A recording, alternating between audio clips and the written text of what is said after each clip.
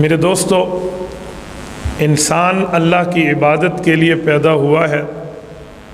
جب ہم عبادت کریں گے اللہ اپنے کرم سے قبول فرما لیں تو اللہ کی مرضی، اور اللہ اس عبادت کو رد فرما لیں تو بھی اللہ کی مرضی۔ کسی پر اللہ کا زور نہیں چلتا۔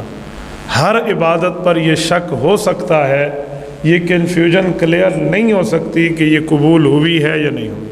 نشانیاں علامات ہیں لیکن یقین سے نہیں کہا جا سکتا۔ آخرت میں پتہ چلے گا، قبر میں پتہ چلے گا کہ یہ عبادت قبول تھی یا قبول نہیں تھی۔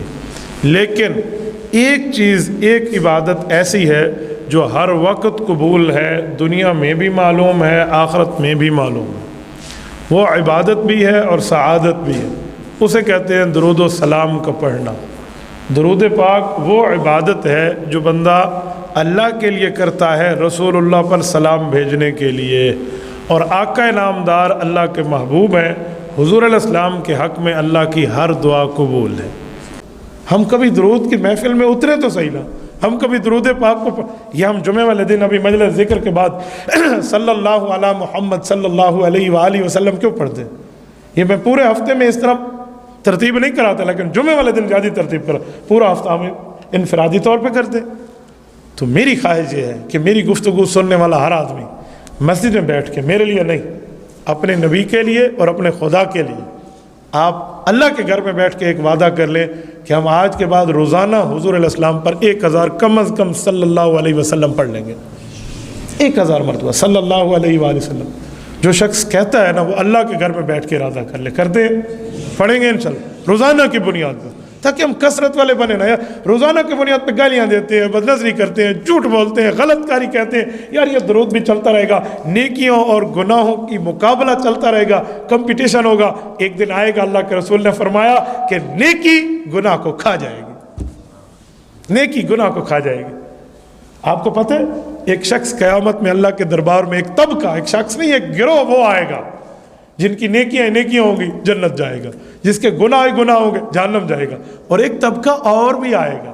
سورۃ اعراف، سورۃ نمبر 7 سورۃ اعراف، آیت نمبر 44 سے آیت نمبر 52 کو دیکھو، طرف فرماتے ایک طبقہ اور بھی آئے گا جن کی نیکیاں اور گناہ برابر ہوں گے۔ مثلا 1 لاکھ نیکی تو 1 لاکھ گناہ، 10 لاکھ نیکی تو 10 لاکھ گناہ، 2 لاکھ نیکی تو 2 لاکھ گناہ، برابر ہو جائے گا۔ اور فرشتے اللہ پاک سے پوچھیں گے یا اللہ ان کو کہاں کریں، ان کو جنت بھیجیں یا ان کو جہنم بھیجیں؟ نیکی گناہ میں بالکل برابر ٹھہرے ہیں، ان کا کیا کیا جائے؟ اب رب کا رحمت اور کرم کا معاملہ دیکھیں، اللہ فرمائیں گے انہیں اعراف میں بھیج دو۔ اعراف ایک میدان ہوگا جو جنت اور جہنم کے درمیان ہوگا، ادھر راحتیں بھی ہیں، غمیاں بھی ہیں، خوشی بھی ہے، تھوڑی تھوڑی تکلیفیں بھی ہیں۔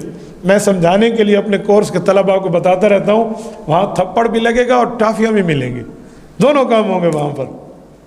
لیکن حکیم الامت حضرت تھانوی رحمۃ اللہ علیہ عجیب نکتہ لکھتے ہیں، فرمایا جو بندہ اعرافی بن گیا وہ جہنمی نہیں بنے گا، تھوڑا سا رہ کر جائے گا جنت، یہاں سے وہ پیچھے نہیں آئے گا۔ تو ہم گناہ کرتے ہیں تو اپنی نیکیوں کی بھی ترتیب رکھیں نا، اللہ کو راضی کرنے کی بھی ترتیب رکھیں۔ ایک دن آپ کی یہ نیکی کی طاقت گناہ کی گردن مروڑ دے گی۔ حدیث پاک میں ہے نا کہ نماز برائی کو روکتی ہے، ان الصلاۃ تنہا، قرآن کریم میں بھی ان الصلاۃ تنہا عن الفحشاء والمنکر، یہ جو ہے کہ گناہ کو روکتی ہے یہ نیکی، تو اس کا معنی نیکی میں طاقت ہے۔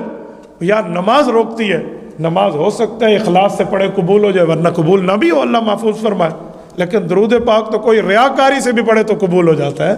یہ تو حضور پاک علیہ السلام کے لیے ہے، یہ تو رسول اللہ کی ذات اقدس کے لیے، اس میں تو قبولیت میں شک بھی نہیں ہے۔